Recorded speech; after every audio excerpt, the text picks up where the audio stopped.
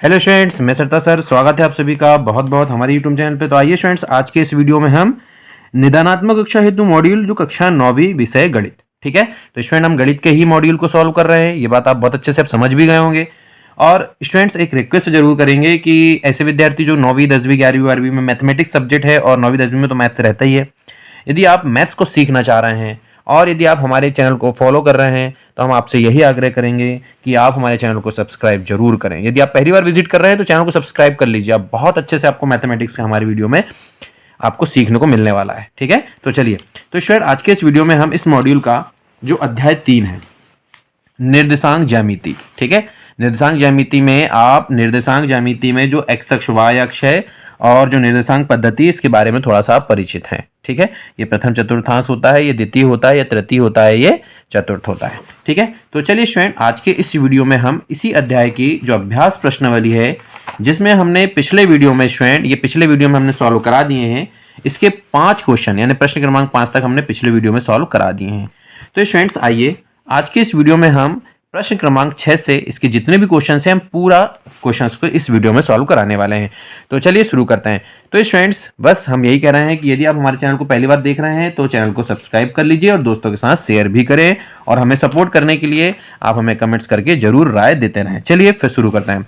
तो स्टूडेंट यहाँ पर हमारे पास पहला क्वेश्चन है, प्रश्न क्रमांक 6वां है कि रवीना चौराहे से पश्चिम दिशा में 300 मीटर पैदल चलती है, फिर दक्षिण की दिशा की ओर मुड़कर 400 मीटर चलती है, तो रवीना की स्थिति को प्रदर्शित कीजिए। तो चलिए स्टूडेंट हमने यहाँ पर इसके लिए हमने थोड़ा सा डायग्राम बना लिए हैं ताकि वीडियो बहुत बड़ा ना हो। तो स्टूडेंट ये जो होता है मूल बिंदु होता है, तो इस मूल बिंदु को ओ है, इसको हम चौराहा मान लेते हैं। तो हम यहाँ लिख लेते हैं कि माना ओ जो है 0 0 ये क्या है, चौराहा है, ठीक है। इसको अपन ने चौराहा मान लिया। अब यदि हम चौराहा से देखें तो आपको मालूम है कि यहाँ नंबरिंग होती है संख्या रेखा में, तो हम 100-200 की रेंज में ले रहे हैं। तो ये 100 हो गया, ये 200 हो गया, ये 300 हो गया। इसी तरीके से इधर भी ले लेंगे हम -100 -200 -300, ठीक है। इसी तरीके वाई अक्ष में ऊपर होता है 100 200 300 और नीचे हो जाएगा माइनस में जो कि लिखा हुआ है।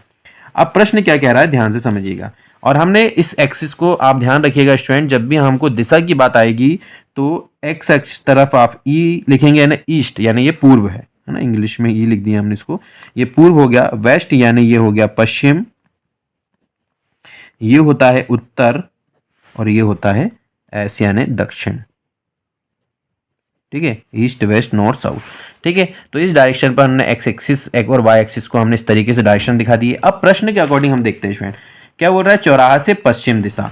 हमने कहा क्या कहा है स्टूडेंट कि मूल बिंदु को आप चौराहा मान लीजिए। अब यहाँ से पश्चिम दिशा में चलना है, कितना चलना है, 300। तो यहाँ से चलना शुरू करते हैं पश्चिम दिशा में, ये 300 में पहुंच गए। यहाँ से 300 मीटर है, ये माइनस, तो इधर इस तरफ चलेंगे तो माइनस में चलेगी गिनती, इस तरफ चलेंगे तो प्लस में चलेगी, है ना। लेकिन डिस्टेंस की यदि बात करें वो तो धनात्मक ही होती है, इसलिए 300 अपन को उधर जाना है, ये आप ध्यान रखें। ये 300 अपन चले गए, है ना, ठीक, ये 300 में पहुंच गए। अब इसके बाद उन्होंने क्या कहा है, पैदल चलती है, फिर दक्षिण की दिशा की ओर मुड़कर। अब यहाँ से दक्षिण की ओर मुड़ रहे हैं, दक्षिण किधर है, इधर तो उत्तर है, उधर दक्षिण है, हमने अभी नीचे लिखा भी यहाँ ये दक्षिण है। तो यानी अब यहाँ से अब यहाँ से चलते चलते यहाँ पहुंची, तो अब इधर मुड़ना है इसको, ठीक है। अब इधर कितना चलती है बोल दिया हमने, 400 मीटर। कितना चलती है, 400। अब 400 मतलब 100 200 300 400, तो यहाँ से चलना शुरू करेगी तो 400 तक चलेगी। तो ये चले चले चले चले चले चले चले चले चले चले चले चले ये 400 के सामने आ गए, ये आ गए, ठीक है। तो ये जो स्थिति आई, जिसको हम चाहो तो कोई भी नाम दे सकते हैं, बिंदु ए, है ना। और ये जो ए है ये कितना है, -300 और -400। तो ये जो स्थिति होगी ये किसकी स्थिति होगी, जो बोल रहा है कि रवीना की स्थिति को प्रदर्शित किए, तो हम बोलेंगे कि यहाँ ए -300 -400 क्या है, रवीना की स्थिति को प्रदर्शित करता है ना, प्रदर्शित करता है। क्योंकि हमको उन्होंने कहा है कि रवीना की स्थिति को प्रदर्शित करके बताना है, तो हमने रवीना की स्थिति को प्रदर्शित कर दिए ए बिंदु के माध्यम से, है ना। 300 पश्चिम में चले और वहां से दक्षिण की 400 चले, तो यहां पर पहुंचे, तो ये जो स्थिति होगी ये रवीना की होगी, ठीक है। और यही इसका सॉल्यूशन है। तो आप इसका स्क्रीनशॉट ले सकते हैं स्टूडेंट, हम थोड़ा सा छोटा कर देते हैं स्क्रीनशॉट लेने के लिए। तो आप इसका स्क्रीनशॉट ले लीजिए और इसको नोट कर लीजिएगा, ठीक है। चलिए अब स्टूडेंट अगला हमारे पास क्वेश्चन है कि निम्न आकृति में अंकित बिंदुओं के निर्देशांक लिखिए। अब स्टूडेंट निर्देशांक लिखना बड़ा आसान होता है ना। तो अब निर्देशांक हम इसका लिखना शुरू कर रहे हैं। चलिए अब यहाँ डायग्राम देखते जाइएगा। अब यहाँ पर हमने इसको पूरा यहाँ लिख लिए हैं। अब बिंदु को देखते जाएंगे स्टूडेंट। हम सबसे पहले बिंदु बी की बात कर रहे हैं, इसकी, है ना। तो इसके निर्देशांक क्या आने वाले हैं वो देख लेते हैं। यदि हम इसके निर्देशांक देखें तो यहाँ पर हम मूल बिंदु से चलेंगे। अब इस तरफ जाना तो मतलब यहाँ से अपन ये चले, ये इसके सामने क्या दिख रहा है एक्स अक्ष में -5, तो एक्स के सामने -5 दिख रहा है एक्स अक्ष में, तो ये -5 हो गया। और वाई अक्ष में इसके सामने क्या दिख रहा है 2 दिख रहा है, तो ये हो गया 2। तो यानी इस बिंदु बी के जो निर्देशांक आएंगे वो क्या आएंगे -5 और 2। तो बिंदु बी के जो निर्देशांक होंगे वो लिख देंगे हम -5 और 2। समझ में आया स्टूडेंट। चलिए अब बिंदु सी को देख लेते हैं। ये बिंदु सी में सबसे पहले हम एक्स अक्ष में देखना है कि इसके सामने एक्स अक्ष में कौन सा नंबर आ रहा है। तो एक्स अक्ष में यदि हम देखें तो क्या आ रहा है 5, तो बिंदु सी का एक्स निर्देशांक हो गया 5, और वाई इसके सामने क्या आ रहा है -5, तो इसके ये हो गया -5। यानी बिंदु सी के जो निर्देशांक होंगे वो 5 -5 होंगे। तो यहाँ लिख लेते हैं अपन बिंदु सी के निर्देशांक होंगे 5 और -5। समझ में आ रहा है स्टूडेंट। चलिए अब बिंदु डी, ये है बिंदु डी। एक्स अक्ष में उसके सामने कौन सा नंबर दिख रहा है 6, है ना, तो ये 6 हो गया। और वाई अक्ष में उसके सामने क्या दिख रहा है 2 दिख रहा है, तो ये 2 हो गया। तो इसके जो निर्देशांक आएंगे वो क्या होगा स्टूडेंट 6,2। तो यहाँ लिख लिया हमने 6,2। ठीक। अब बिंदु ई के पास चलते हैं। ई कहाँ पर है अपना, ये है ना। अब ई में देखिए स्टूडेंट एक्स अक्ष के सामने क्या दिख रहा है -3, है ना। तो एक्स अक्ष के सामने -3 दिखा तो -3 एक्स निर्देशांक हो गया। इसके सामने y का जो पॉइंट दिख रहा है वो -5 दिख रहा है, तो y -5 हो गया। तो e के जो निर्देशांक हुए वो क्या हुए स्टूडेंट -3 -5। यहाँ लिख दीजिए -3 -5। ठीक है। e के बाद अब हम g देखते हैं। g, अब g के लिए हम जब इसके निर्देशांक देख रहे हैं तो इसके जस्ट x अक्ष में इसके सामने क्या दिख रहा है 2, है ना।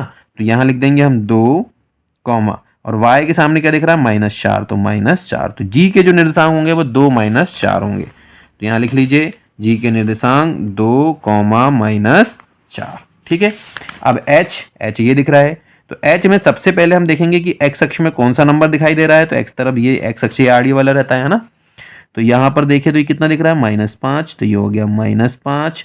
और y के सामने दिख रहा है -3, तो ये हो गया -3। तो इसके निर्देशांक क्या आ गया स्टूडेंट -5, -3। अब l कहाँ पर दिख रहा है, ये दिख रहा है। तो l x अक्ष में चले थे, तो x अक्ष में इसके सामने क्या दिख रहा है 0, ये हो गया 0। और y अक्ष में तो 3 में है ये, तो ये हो गया 0 3।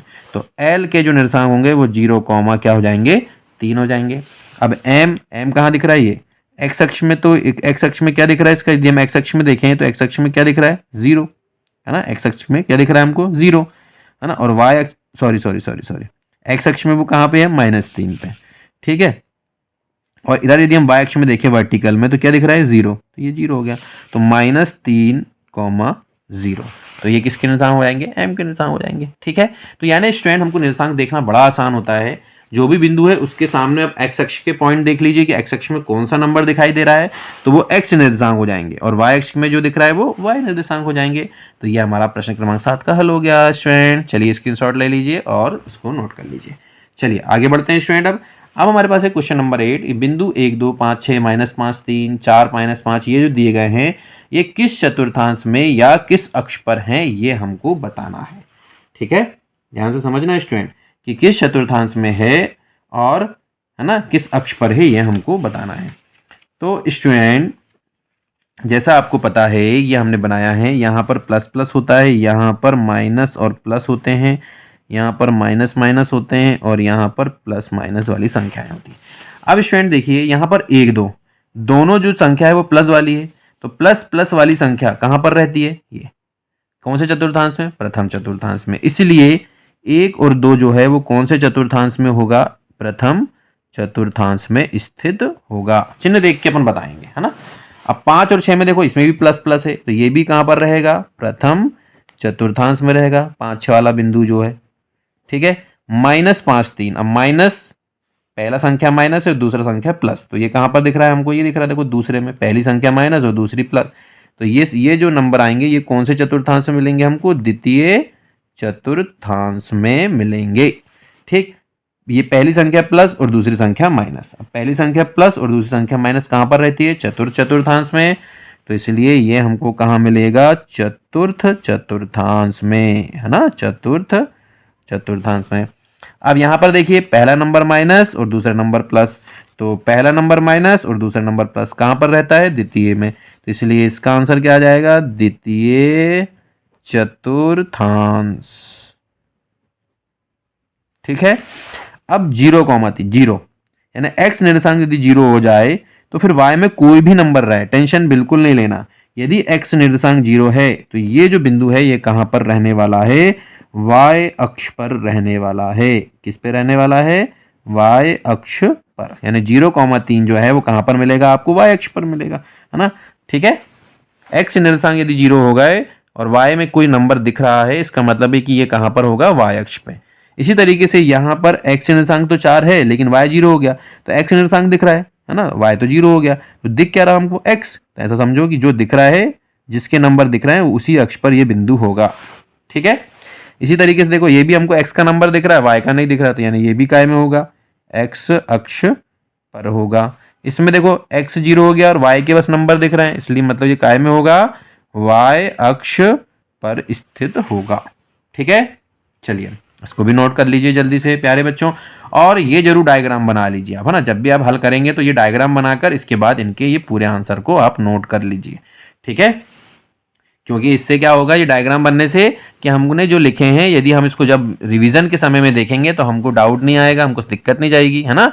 चलिए तो इस तरीके से हमारा क्वेश्चन नंबर 8 भी सॉल्व हो गया। अब हम आगे बढ़ते हैं क्वेश्चन नंबर 9 की तरफ। चलिए स्टूडेंट, अब क्वेश्चन नंबर 9 क्या है, क्वेश्चन नंबर 9 है कि ABCD सबके निर्देशांक लिखना। चलिए स्टूडेंट, तो ए बिंदु ये दिख रहा है हमको, इसको हम थोड़ा रेड पेन से करते हैं, है ना। अब ए में देखो, ए बिंदु, ए के जो निर्देशांक है हम यहाँ लिख लेते हैं। ए के यदि हमको निर्देशांक लिखना है ना, तो ए के निर्देशांक देखो, ए के सामने क्या दिख रहा है, 2, ये हो गया 2, और ए के सामने क्या दिख रहा है हमको, 3, तो ये हो गया 2,3। इसी तरीके से बी के निर्देशांक लिखना है हमको, तो बी कहाँ पर है, बी ये है ना, तो बी में सबसे पहले एक्स अक्ष में क्या दिख रहा है हमको, 4, और y अक्ष में क्या दिख रहा है उसके सामने, 4, तो ये 4, 4 हो गया। c के निर्देशांक, c कहाँ है, ये है, तो c में x अक्ष में क्या दिख रहा है उसके सामने, 8, और y अक्ष में क्या दिख रहा है, 2, तो ये 8, 2 हो गया। इसके बाद d ये है, तो d में x अक्ष, इसके सामने x अक्ष में क्या दिख रहा है, 8, है ना, तो ये हो गया 8, और y अक्ष में क्या दिख रहा है, 5, तो ये हो गया 8, 5, है ना। e पे, e के जो निर्देशांक होंगे वो क्या होंगे, e ये दिख रहा है, तो x अक्ष में देखो, तो x अक्ष में क्या दिख रहा है, -3, और y अक्ष में क्या दिख रहा है, 4। ठीक है। ई के बाद f, तो f कहाँ पर है, ये है ना, तो f में देखो x अक्ष में क्या दिख रहा है, -2, और y अक्ष में क्या दिख रहा है, 2, तो ये आ गया 2। ठीक है। ई f के बाद g में क्या आ रहा है, देखो g कहाँ पर है, ये, तो g ये है ना, तो g में देखो ये x अक्ष में क्या दिख रहा है, -2, और y निर्देशांक तो 0 रहेंगे, x अक्ष पर स्थित, तो y 0 हो जाएगा जी। इसके बाद h के निर्देशांक यदि हमको देखना है तो h कहाँ पर दिख रहा है, h ये है ना, ये, तो h में देखो कहाँ पर दिख रहा है, x यहाँ पर y अक्ष में दिख रहा है ना, यारी लाइन पे, तो यारी लाइन पे मतलब x 0 हो गया, है ना, तो x 0 हो गया, और y कितना है, -2। ठीक। और इसके बाद h के बाद i, है ना, i कहाँ पे ढूंढो जल्दी से, कहाँ पर है i ये है ना, तो i में देखो x अक्ष में क्या दिख रहा है, ये 3, तो ये हो गया 3, और y अक्ष में क्या दिख रहा है, ये -2, तो ये हो गया -2, है ना i। तो स्टूडेंट्स, जैसे कि j जो बिंदु है वो देख लेते हैं कहाँ पर है, j ये है ना, तो j बिंदु की यदि निर्देशांक निकालना है तो j के सामने क्या दिख रहा है, x अक्ष में क्या दिख रहा है, नंबर 6 दिख रहा है स्टूडेंट, तो ये 6 लिख लिया अपन ने, है ना, और इसके सामने y अक्ष पर क्या दिख रहा है, -3, तो ये हो जाएगा -3। ठीक है। चलिए अब k कहाँ पर बच्चा हमारे पास, ये है k, है ना, तो k बिंदु के लिए यदि हम x अक्ष पे देखें तो उसके सामने x अक्ष पे क्या दिख रहा है हमको, 8 दिख रहा है स्टूडेंट, और y अक्ष पे क्या दिख रहा है हमको, -3, तो ये -3 हो गया, है ना, तो k के निर्देशांक भी क्या आ गए, 8 -3। इस तरीके से हम सारे निर्देशांक निकाल सकते हैं। ठीक है। चलिए अब हमारे पास है स्टूडेंट प्रश्न क्रमांक 10। अब प्रश्न क्रमांक 10 क्या कहता है, चलिए देख लेते हैं। बिंदु, इतने जो बिंदु दिए गए हैं ये बताना है कि ये किस चतुर्थांश में या किस अक्ष पर स्थित हैं, कार्तीय तल पर इनका स्थान निर्धारण करके अपने उत्तर को सत्यापित करें। कहने का मतलब है कि ये किस चतुर्थांश में यदि आप बता रहे हो तो उसका कार्तीय तल पर अपन को निर्धारण करना है, जिससे ये हम सत्यापित भी हो जाएगा कि भाई ये उसी चतुर्थांश में जो हम बताने वाले हैं। ठीक है। चलिए बताते हैं। तो भाई अब आ गया हमारे पास हमारा जादूगर, और ये आ गया कार्तीय तल। ठीक है। चलिए सबसे पहला इसको थोड़ा सा ऊपर कर लेते हैं ना। चलिए, तो पहला बिंदु क्या दिख रहा है, -2 और 4। अब स्टूडेंट -2 और 4 हमने जैसे अभी आपको बताया था एक क्वेश्चन में कि ये जो प्लस माइनस वाला कॉन्सेप्ट हमने आपको बताया था, हम यहाँ लिख रहे हैं ना, प्लस माइनस वाला है ना, ये कि पहला नंबर माइनस में है, दूसरा नंबर प्लस में है। पहला नंबर माइनस में और दूसरा प्लस में, तो ये कौन से चतुर्थांश में आएगा, द्वितीय में आएगा। तो पहले तो हम हमारे कॉन्सेप्ट के हिसाब से लिख ले रहे हैं कि ये कौन से चतुर्थांश में आएगा, फिर हम इसको कार्तीय तल में यहाँ पर दर्शा के भी बताएंगे और सत्यापित करेंगे कि हाँ हमने जो लिखा है वो सही है भैया, हमने गलत नहीं लिखे हैं। हम कुछ भी नहीं लिखते हैं, हम बहुत सोच समझ के बड़े फॉर्मूले के और बहुत अच्छे ध्यानपूर्वक लिखते हैं, है ना। चलिए, अब यहाँ पर देखिए 3 है और ये ऋण 1 है, यानी पहला प्लस और दूसरा माइनस है। तो पहला प्लस और दूसरा माइनस कहाँ पे होता है, ये देखो ये चतुर्थांश में होता है। तो इसलिए इसका मतलब है कि ये वाला जो निर्देशांक होगा ये कौन से निर्देशांक में होगा, चतुर्थांश में होगा। ठीक है, पहला माइनस और दूसरा 0। अभी बताया हमने कि जब हमको y अक्ष 0 हो गया और सिर्फ x अक्ष में नंबर दिख रहा है तो वो x अक्ष पर ही होगा, जो नंबर दिख रहा है वही होगा, यदि दूसरा 0 हो गया है तो, है ना। अब देखो ये दोनों प्लस में, अब ये दोनों प्लस में है तो ये दोनों प्लस कहाँ पे होता है, प्रथम चतुर्थांश में होता है ना। कहाँ पे होता है, प्रथम चतुर्थांश में, तो ये प्रथम में आ जाएगा। ठीक है, प्रथम चतुर्थांश। अब ये दोनों माइनस देखो कहाँ पे होता है, तृतीय चतुर्थांश में, ये भी माइनस ये भी माइनस, है ना। तो ये वाला बिंदु कहाँ पर रहने वाला है, तृतीय चतुर्थांश में रहने वाला है। ठीक है, चलिए, तो ये तो हमने ये चिन्हों के हिसाब से बता दिए। अब ये क्या इसी पे है या नहीं है, यहाँ पर हम चेक करने वाले हैं। सबसे पहला हमारे पास है -2 4, है ना। -2 4 का मतलब है कि x में -2 तक चलना है, तो 0 में आप जाके खड़े हो गए। अब x में -2 तक चलिए, तो ये चले x में -2, और इसके बाद फिर हमको दूसरा जो है वो 4 है, मतलब यहाँ से 4 देखना है y अक्ष में कहाँ है, ऊपर है या नीचे, तो ऊपर होता है प्लस वाले से, तो यहाँ से ऊपर चलना है, तो ये 4 के सामने तक, तो ये आ गए अपन 4 के सामने तक, ये तो ये जो बिंदु हो गया ये क्या हो गया, -2 4। देखो ये कौन से चतुर्थांश में आया कि नहीं आया, दूसरे वाले में, क्योंकि ये वाला पहला चतुर्थांश होता है, ये वाला दूसरा चतुर्थांश होता है, ये वाला तीसरा होता है और ये वाला चौथा होता है। तो सत्यापित हो गया ना भैया कि ये दूसरे चतुर्थांश में है, तो ये भी दर्शा भी दिए और ये दूसरे चतुर्थांश में भी आ गया। 3 ऋण 1, अब 3 x अक्ष में कहाँ पर है ये, और ऋण 1 मतलब ऋण 1 y अक्ष में कहाँ होता है, नीचे होता है, तो उसके सामने तक यहाँ से हम चलेंगे, ये ऋण 1 के सामने आ गया ये, तो ये आ गया बिंदु 3 और ऋण 1। कौन से चतुर्थांश में आया, चतुर्थ, और देखो हमने वही लिखे थे, चतुर्थांश लिखे थे। ठीक है, कोई दिक्कत तो नहीं। चलिए, इसके बाद है ऋण 1 0, है ना। तो ऋण 1 मतलब x अक्ष में ऋण 1 में चलना, ये 0 मतलब कहीं नहीं जाना, y अक्ष का 0 और x अक्ष का 0 सामने ही दिख रहा है ना, तो 0 कहीं नहीं जाना, मतलब ये, तो ये जो बिंदु होगा ये कहलाएगा ऋण 1 0। कहाँ पर मिला, ये देखो x अक्ष पे मिला, देखो हमने लिखे हैं x अक्ष पे।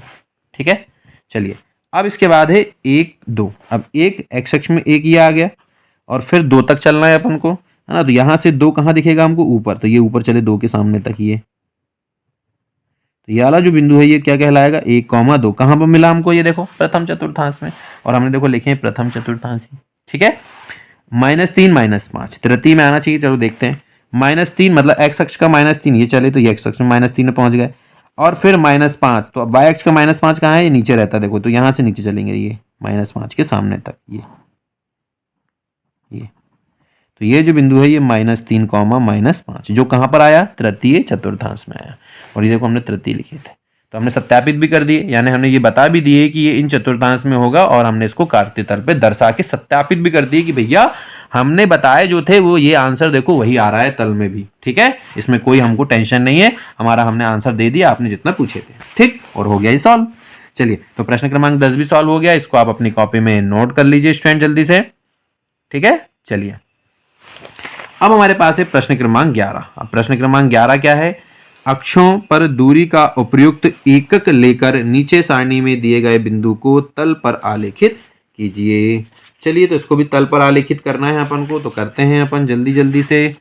x में हमको -2 की डिस्टेंस लेना है, तो x अक्ष और y अक्ष ये दिख रहा है हमको, यहाँ पर हम थोड़ा इसको थोड़ा छोटा करते हैं ना। चलिए, x अक्ष पे हमको कितना लेना है, -2 लेना है ना। x अक्ष में हमको कितना लेना है, -2, तो x अक्ष में -2 कहाँ पर रहता है, इधर रहता है, ये आ गया -2, और y में कहाँ चलना, 8 तक, तो 8 कहाँ रहेगा, ऊपर रहता है y में, देखो ये ऊपर है, तो यहाँ से हम ऊपर चल लेंगे, 8 के सामने तक जाना है भाई भैया, ये 8 के सामने पहुँच गए, तो ये आ गया हमारे पास -2 और 8। ठीक है, ये हमको दर्शाना है तल पे, ठीक है। तो ये आ गया -2 8। अब इसके बाद अगला क्या बोला उसने, x में -1 कहाँ पे, ये पहुंच गए, और फिर y में 7, तो y में 7 कहाँ है, ऊपर, चलो भैया 7 के सामने तक, ये पहुंच गए 7 के सामने। तो ये जो बिंदु आया 7 के सामने और -1 के सामने, ये कहलाएगा -1, 7, ठीक है। चलिए इसके बाद है 0, ये 0 x अक्ष का हो गया, और y अक्ष में -1.5, तो -1.5 यहाँ पर नीचे आएगा, तो 1.5 मतलब 1, और उसके बाद इसका इन दोनों के बीच में आधा चलना है, 0.5 मतलब आधा, तो यहाँ तक चले। तो ये जो बिंदु मिलेगा ये हमारा क्या कहलाएगा स्टूडेंट, 0 और -1.5 कहलाएगा, ठीक है। दर्शा दिया हमने इसको भी। अब इसके बाद है 1,3, यानी x अक्ष पर 1 ये है, और y अक्ष पे 3 चलना है। y अक्ष पे 3 मतलब यहाँ से y अक्ष का 3 कहाँ है, ऊपर रहता दिया आ गया है, तो इस 3 के सामने तक। तो ये कौन सा बिंदु कहलाएगा, 1,3, x का मान 1, y का मान 3। इसके बाद x का मान 3 है और y का मान ऋण 1, तो x का मान 3 मतलब ये 3 तक चले, और ऋण 1 मतलब नीचे, ये ऋण 1 y का नीचे रहता है, तो ये ऋण 1 के सामने तक आ गया, ये ऋण 1 के सामने तक ये, तो ये क्या कहलाएगा, 3 ऋण 1 कहलाएगा, ठीक है। और यही हमारा क्या कहलाएगा, तल पर हमने दर्शाने के लिए कहा गया था तो हमने दर्शा दिए, और यही हमारा क्या कहलाएगा स्टूडेंट, आंसर कहलाएगा, ठीक है। इसको आप नोट कर लीजिए जल्दी से। और अब लास्ट क्वेश्चन है स्टूडेंट हमारे पास, और लास्ट क्वेश्चन क्या है उसको भी जल्दी से हम देख लेते हैं। लास्ट क्वेश्चन कह रहा है कि जो बिंदु दिए गए हैं का कार्तीय तल पर स्थान निर्धारण कीजिए। अब कार्तीय तल पर इनका हमको स्थान निर्धारण करना है। अब इनका कार्तीय तल पर स्थान निर्धारण करने के लिए फिर से हमको डायग्राम की जरूरत पड़ने वाली है। चलिए एक एक करके करते हैं। 4,5, तो यानी पहला अंक जो होता है वो x निर्देशांक और दूसरा y। तो पहला जो है x अक्ष में चलना है हमको, ये 0 है, 4 चलना है, तो ये 4 तक चल गए, ये पहुंच गए। और फिर कहाँ जाना है, 5, तो 5 कहाँ है, पर ऊपर है ये, है ना, तो यहाँ से ऊपर चले, ये ऊपर गए, ये ऊपर 5 के सामने जाके रुक गए ये। तो ये जो बिंदु मिला ये क्या कहलाएगा, 4,5। -4,5, तो -4 यहाँ से इधर रहता है x अक्ष का, और 5 ऊपर है, तो ये ऊपर चले 5 के सामने तक यहाँ पे ये, ठीक। तो ये क्या कहलाएगा, -4,5 कहलाएगा। फिर 4 -5, तो 4 x अक्ष में ये हो गया, -5, अब x अक्ष y अक्ष का -5 नीचे है, तो ये -5 के सामने चलो भैया, ये आ गया -5 के सामने ये, तो ये हो जाएगा 4 -5 आ गया ये, ठीक है। अब इसके बाद अगला जो है वो है -4 -5, तो -4 ये x अक्ष में हो गया, -5 ये नीचे जाना पड़ेगा, तो यहाँ से नीचे चलो भैया -5 के सामने तक। तो ये जो बिंदु आया ये क्या कहलाएगा, -4 -5 कहलाएगा, ठीक है।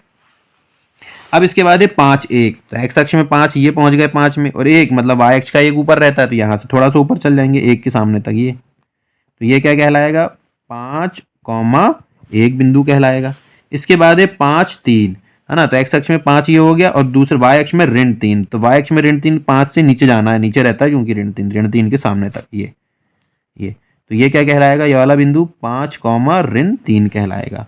फिर अगला है 6 2, तो 6 कहाँ पर x अक्ष में ये, और 2 कहाँ होता है y अक्ष का ऊपर, क्योंकि पहले हम x अक्ष में चलना है, फिर यहाँ से हमको जो दूसरा नंबर बोला है उसको देखते हुए ऊपर या नीचे जाना है, तो 2 ऊपर रहता है, तो यहाँ से 2 के सामने तक चल जाएंगे, ये 2 के सामने पहुंच गए। तो ये जो बिंदु होगा ये क्या कहलाएगा, 6,2 कहलाएगा। और यही हमारा क्या कहलाएगा स्टूडेंट, आंसर। हमने सारे बिंदु को दर्शा दिए हैं, आप ग्राफ पेपर लेकर भी इसको बहुत अच्छे से दर्शा सकते हैं।